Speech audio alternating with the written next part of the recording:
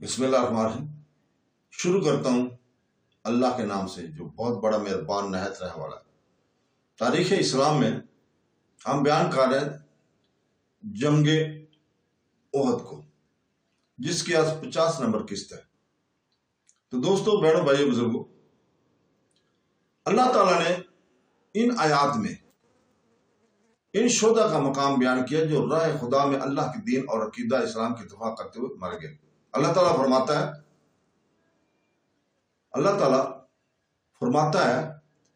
اور جو لوگ راہ خدا میں مارے گئے ہیں انہیں مردہ خیال نہ کرو، بلکہ وہ زندہ ہیں اور انہیں اپنے رب کے ہاں رزق دیا جاتا ہے۔ اللہ نے اپنے فضل سے انہیں جو دیا ہے وہ اس سے خوش ہیں، اور پیچھے سے جو لوگ ابھی انہیں ملے وہ ان کے متعلق بشارت حاصل کرتے ہیں کہ ان پر کوئی خوف نہ ہوگا اور نہ وہ غمگین ہوں گے۔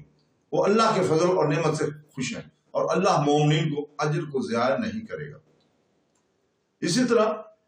معرکہ احد کے واقعات آزمائشوں کی ایک مربوط زنجیر تھے۔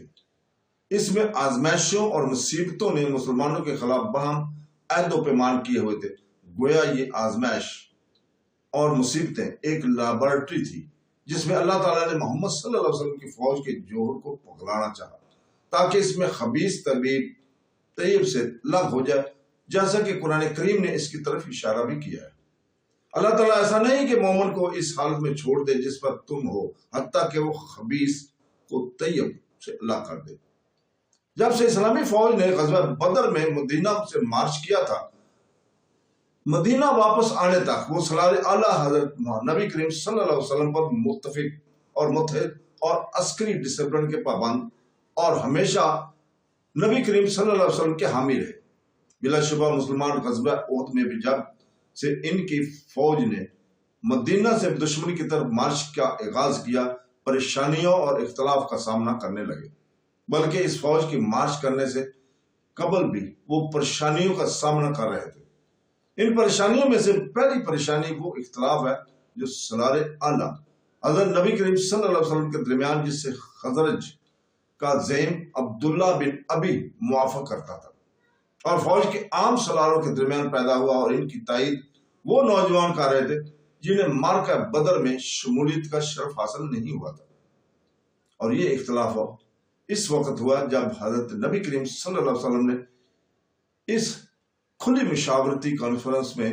جو مدینہ میں فوج کے اعیان اور سالاروں کے درمیان ہوئی تھی، بحث کی میز پر دشمنوں سے ملاقات کا موضوع پھینکا، جس میں رسول کریم صلی اللہ علیہ وسلم نے اکثریت کی رائے کو قبول کیا تھا